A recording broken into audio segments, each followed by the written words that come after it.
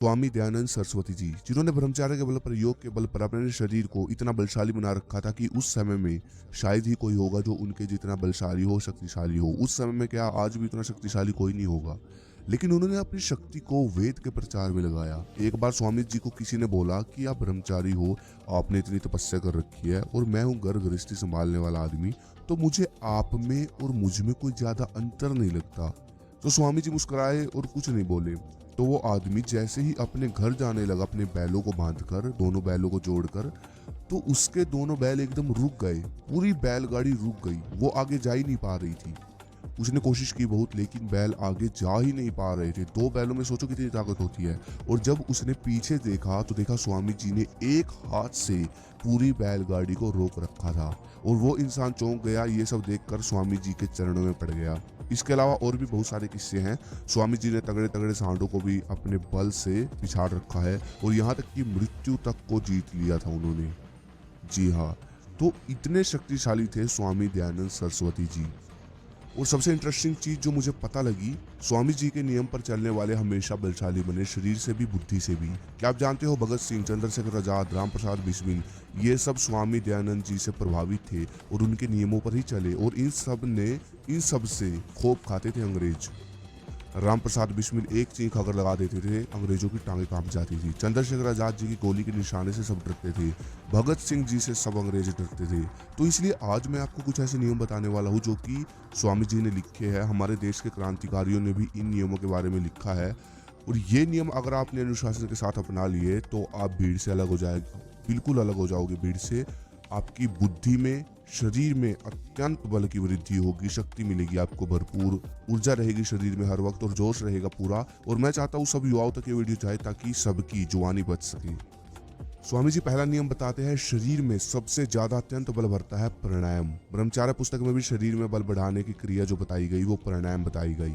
प्राचीन प्राणायाम, जिन प्राणायाम को करने से व्यक्ति के शरीर में अपार बल आ जाता है। जी हाँ, वो प्राणायाम जिन प्राणायाम को करने के बाद पहलवान और ब्रह्मचारी छाती पर बड़े बड़े पत्थर को रखवा कर तुड़वा देते हैं आज भी। प्राणायाम हमारी बल बढ़ाने वाली नाड़ियों पर काम करता है। इसलिए अब मैं आपको 4 तरह के ऐसे प्राणायाम बताने वाला हूँ जो कि स्वामी जी भी करते थे, हमारे देश के शक्तिशाली क्रांतिकारी करते थे और ऋषि मुनियों ने भी इन प्राणायाम को करने के लिए बोला है। और ये प्राणायाम शरीर में बल बढ़ाते हैं सबसे ज्यादा। इन प्राणायाम को करने का समय सुबह ब्रह्म मुहूर्त या फिर शाम को। वर्कआउट अगर आप करते हो तो वर्कआउट के बाद कर सकते हो। तो चलो प्राणायाम विद्या अपनी शुरू करते हैं। सबसे पहला है बाह्यम प्राणायाम। बाह्यम प्राणायाम में श्वास को, जो हमने अंदर श्वास रखी है, उस श्वास को बाहर छोड़ देंगे और तब तक श्वास नहीं लेंगे जब तक हमें घबराहट ना हो।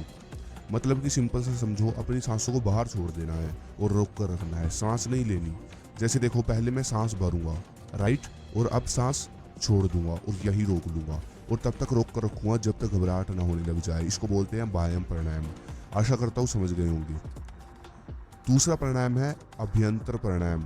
सबसे पहले छाती को सांसों से भर लेंगे ऐसे, और फिर सांस इकट्ठा करके यहीं पर रोक लेंगे। और अभ्यंतर प्राणायाम में गुदा मार्ग और मूत्र इंद्री को ऊपर की ओर खींचना होता है। ऐसा करने से शरीर में वीर्य ऊपर की ओर चढ़ता है, शीघ्र पतन, स्वपन दोष, ये सब समस्याएं खत्म होती है और आपका वज्र पावरफुल बनता है, जिससे शरीर में अपार बल आता है। तीसरा प्राणायाम है स्तंभ वृत्ति प्राणायाम। इस प्राणायाम में क्या होता है, सांस आ रही है, जा रही है, बस सांस को एक जगह कहीं भी रोक दे, अंदर या फिर बाहर। जैसे कि मैं अंदर की ओर रोक लेता हूँ, इस तरह। जितनी देर तक हो सके सांस भरो, इस तरह जितनी देर तक हो सके उतनी देर तक रोक कर रखो। इसको कुंभक भी बोला जाता है।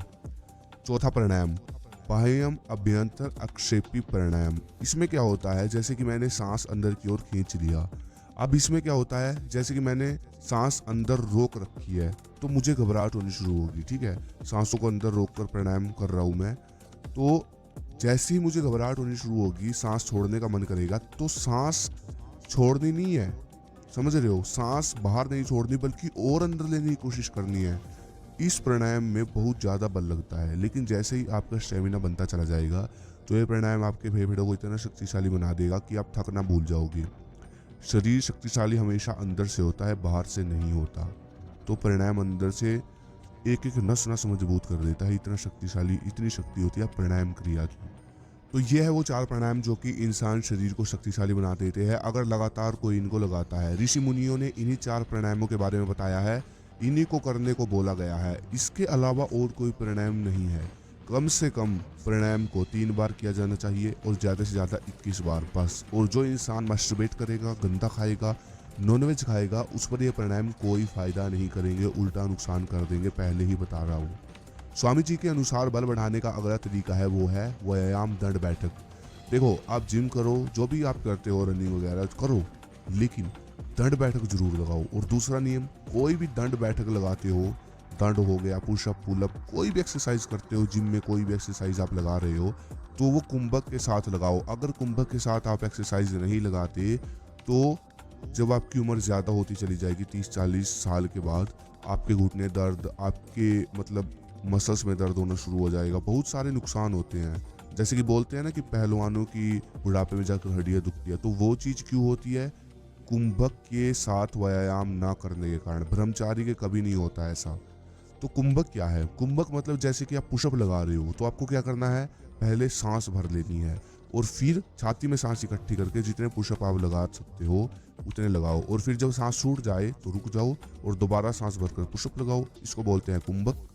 इससे क्या होता है? फायदा भी होता है। एक तो स्टेमिना बहुत जल्दी बनता है इससे, और कुंभक के साथ व्यायाम करने से शरीर में मसल्स में ऑक्सीजन जाती है, जिससे मसल्स ग्रो तो होती ही है, साथ में ताकतवर भी बनती है, स्टेमिना बनता है मसल्स का।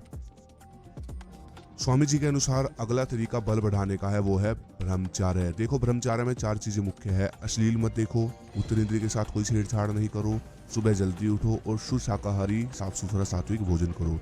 बस एक तरह से अगर आप मतलब घर में रहते हो, घर गृहस्थी वाले हो, ठीक है, और मतलब गुरुकुल नहीं जा सकते, तो घर पर ब्रह्मचार्य यही है जो मैंने बताया। इन नियमों के साथ अगर आप चलते हो तो आपके लिए यही ब्रह्मचार्य है, ये आप बोल सकते हो। बाकी देखो, एक चीज हमेशा ध्यान रखें, जब जब वीर्य का नाश होगा, वज्र धातु का नाश होगा, तब तक ताकत खत्म होगी आपकी, ये समझ लो। और वज्र धातु के नाश करने वाले जो भी कारण है उनको बिटाओ। अश्लील सोचना, गलत सोचना, जो भी है, ठीक है। उसके बाद स्वामी जी के अनुसार अगली जो चीज है वो है अपनी ऊर्जा को बचाओ। ऊर्जा को बचाने के लिए सबसे जरूरी चीज है ध्यान। ध्यान जरूर करो, सोने से पहले भी करो, सुबह उठकर भी करो। जिस इंसान का दिमाग शांत होता है उसकी ऊर्जा बचती है और उसकी ऊर्जा और बढ़िया मतलब शरीर के निर्माण में लगती है। अब आपके दिमाग में गंद पंद चल रहा है तो ऊर्जा फालतू की वेस्ट हो रही है, शरीर का विकास कहाँ से होगा? खुद सोच कर देखो। बस यही नियम है। और ध्यान करो, बढ़िया दूध घी खाओ, देसी आहार जितने हो सके, वीर्यवर्धक आहार खाओ। सबसे बढ़िया नुस्खा बता रहा हूँ, बल बढ़ाना है, वीर्यवर्धक आहार खाओ, जैसे कि अंजीर, मुनक्का, चना, देसी घी, देसी गाय का देसी घी जितना हो सके खाओ। वीर्यवर्धक आहार है, सर्च करो वीर्यवर्धक आहार गूगल पर, वो खाओ, अपनी दिनचर्या में ऐड करो और फिर देखो। बस ये अगर आपने अपना लिए तो भाई अपने आप का, अपने मोहल्ले के सबसे ताकतवर बन जाओगे आप। मजाक से हटकर अगर मैं बताऊँ तो भाई सबसे ज़्यादा ताकत बढ़ेगी, सबसे ज़्यादा बल बढ़ेगा। हमारे क्रांतिकारियों ने भी यही नियम अपनाए। बस